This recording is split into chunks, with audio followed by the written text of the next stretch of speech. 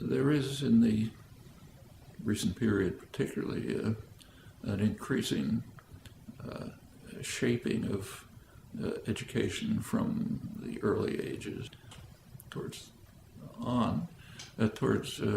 passing examinations.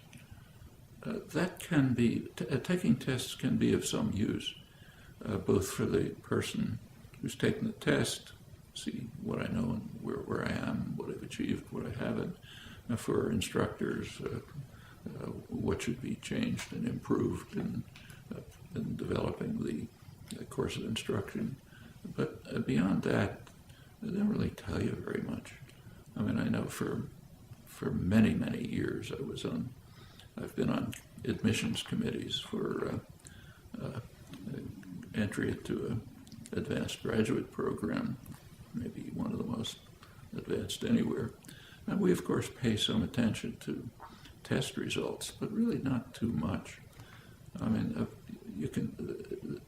a person can do magnificently on every test and understand very little. I mean, all of us who've been through schools and colleges and universities are very familiar with this. You can be assigned, you can be in some, say, course that you have no interest in, and there's a demand that you pass a test, and you can study hard for the test, and you can ace it, to use the idiom, and do fine. And a couple of weeks later, you forgot what the topic was. I'm sure we've all had that experience. I know I have. It can be a useful device if it contributes to the constructive purposes of education.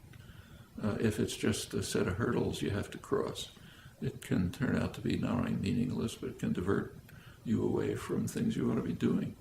Actually, I see this regularly when I talk to teachers. Just give you one experience from a couple of weeks ago, but there's plenty like it. I happened to be talking to a group which included many school teachers. One of them was a sixth grade teacher, teaches kids, I guess, 10 or 11 or 12, something like that. She came up to me afterwards, and I'd been talking about these things, and she told me that of an experience that she had just had in her class. After one of the classes, a little girl came up to her and said she was really interested in something that came up, and she asked how she could the teacher give her some ideas about how to look into it further. And the teacher was compelled to tell her, I'm sorry, but you can't do that. You have to study to pass this national exam that's coming. That's going to determine your future. The teacher didn't say it, but it's going to determine my future, like whether I am rehired and so on.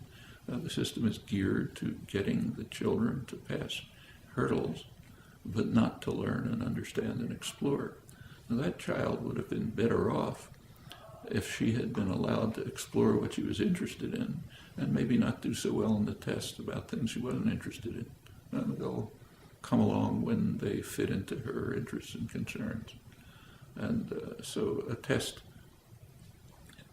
I don't say that tests should be eliminated. They can be a useful educational tool, but ancillary, something that's just helping improve for ourselves, for instructors and others, what we're doing, and tell us where we ought to be moving. But they don't even, passing tests doesn't begin to compare with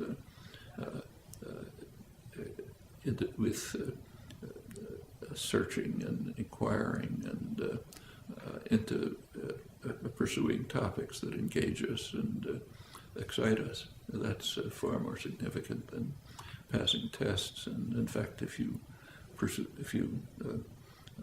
that's the kind of educational career that you're given the opportunity to pursue, you'll remember what you discovered.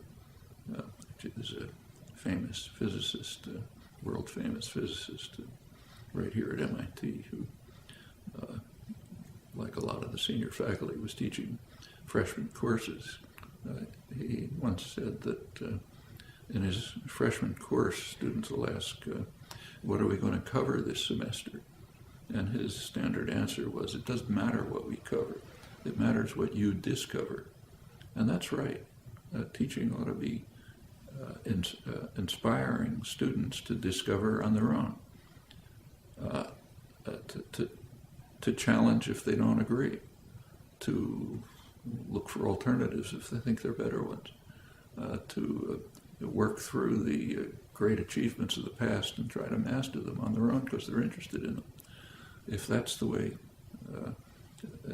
teaching is done, students will really gain from it and will not only remember what they studied, but will be able to use it as a basis for going on their own. And again, education is really aimed at just helping students get to the point where they can learn on their own, because that's what you're going to do for your life, not just absorb materials given to you from the outside and repeat it.